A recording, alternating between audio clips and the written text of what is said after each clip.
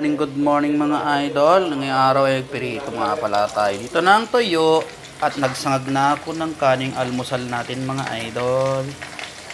Mga idol, ayan na, pinaghiwa ko na ng kamatis para pang partner natin sa ating toyo na may itlog maalat mga idol.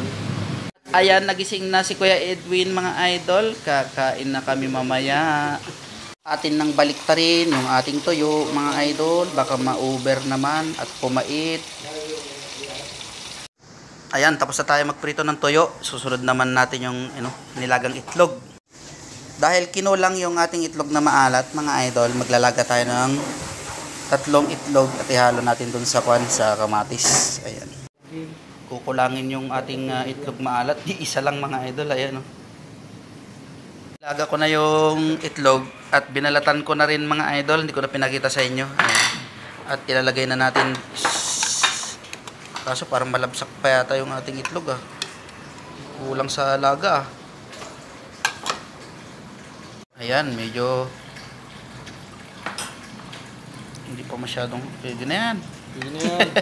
At ayun na, inumpisahan na ni Utol ko mga idol yung ating itlog na may kamatis with toyo. At dito, ayan, si Edwin tumira na rin mga idol. Kakain na tayo. At syempre, ang inyong lingkod mga idol, sasandok na rin. Ayan. Tara po mga idol, mag-almusal tayo. Hindi pa ako nakapagpalit ng damit ko mga idol maghapon. Ayan, kakain na tayo mga idol. Magkakamay lang tayo mga idol kasi masarap magkamay pagka toyo yung ulam.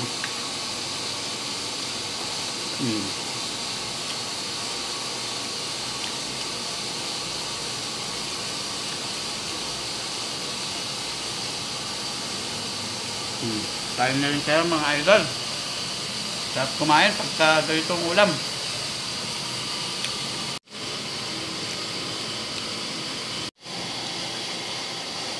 Pagkatapos natin kumain, niligpit na natin yung pinagkainan at pupunasan natin ang lamisahan mga idol. Ayan. At yan mga idol, pagkatapos natin magpunas ng lamisahan, ayan, hugasan na natin syempre yung ating mga pinagkainan. Ganun talaga mga idol, pagkatapos kumain, syempre walang ibang maghugas ng ating pinagkainan kundi tayo lang din.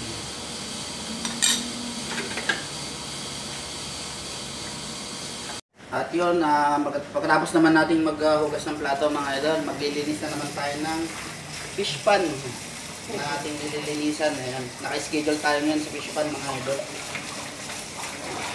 Dito mga idol, pinagsasahin ko na si misis ko kasi naubos yung ating sinangag.